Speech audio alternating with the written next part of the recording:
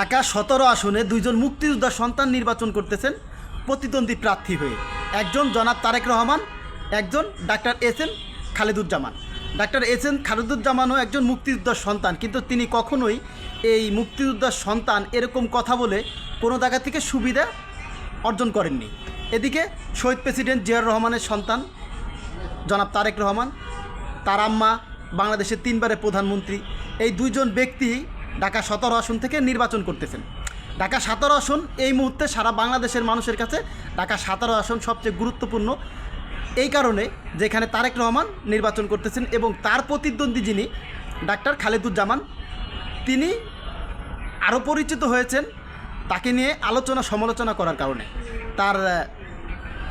তিনি যে ডাক্তার, তার এই ডাক্তারের সার্টিফিকেট ভুয়া, এই ধরনের প্রোপাগান্ডা ছড়ানোর কারণে তিনি আরও বেশি জনপ্রিয়তা পেয়েছেন। ডাক্তার খালেদুজ্জামান রাজধানী এবার কেয়ার হাসপাতালে দীর্ঘ 12 বছর চাকরি করেছেন সুনামের সাথে। তাকে মানুষ ভালোভাবেই ওন করতেছে এবং ডাক্তার খালেদুজ্জামান ইন্ডিয়া থেকে যে ডিগ্রি নিয়ে আসছে, যে বিবাহের পরে যে মহিলারা বান্ধা থাকে, যাদের সন্তান হয় না, তাদেরকে নিয়েই কাজ করেন ডাক্তার খালেদুজ্জামান, যার কারণে তার কাছে বিশ্বের 20টা দেশ থেকে তার কাছে চিকিৎসা নেওয়ার জন্য আসে।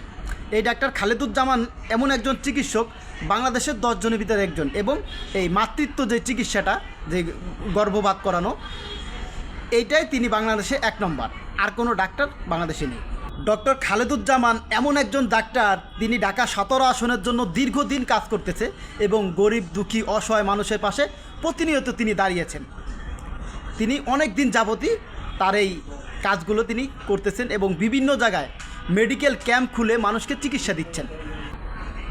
এদিকে জনাব তারেক রহমান শহীদ প্রেসিডেন্ট জিয়াউর রহমানের সন্তান, তিনি একজন সেক্টর কমান্ডার ছিলেন। তিনি এই দেশও পরিচালনা করছেন সুনামের সাথে, এবং তারেক রহমানের আম্মা বেগম খালেদা জিয়া, তাকেও বাংলাদেশের মানুষ দলবল নির্বিশেষে সবাই পছন্দ করতেন, কারণ তিনি আপসহীন একজন নেত্রী ছিলেন। তা আগামী নির্বাচনে ডাক্তার খালেদুজ্জামান এবং জনাব তারেক রহমানের ভিতরে নির্বাচন হবে। এই নির্বাচনের প্রভাব এখনই পড়তে শুরু করেছে। ডাক্তার খালেদুজ্জামান জামাতের একজন প্রার্থী, তারেক রহমান বিএনপির বর্তমান চেয়ারম্যান।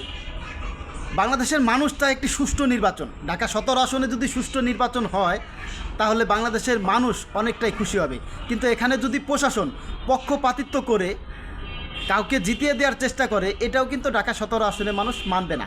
তাই ঢাকা 17 আসনে এই মুহূর্তে চলতেছে টান উত্তেজনা। একজন ডাক্তার, একজন বিএনপির নেতা, দুজনেই মুক্তিযোদ্ধা সন্তান। কাকে ভোট দিবেন? আপনার গুরুত্বপূর্ণ মতামত জানাতে পারেন। কে আসতে পারে ঢাকা 17 আসনের এমপি হয়ে?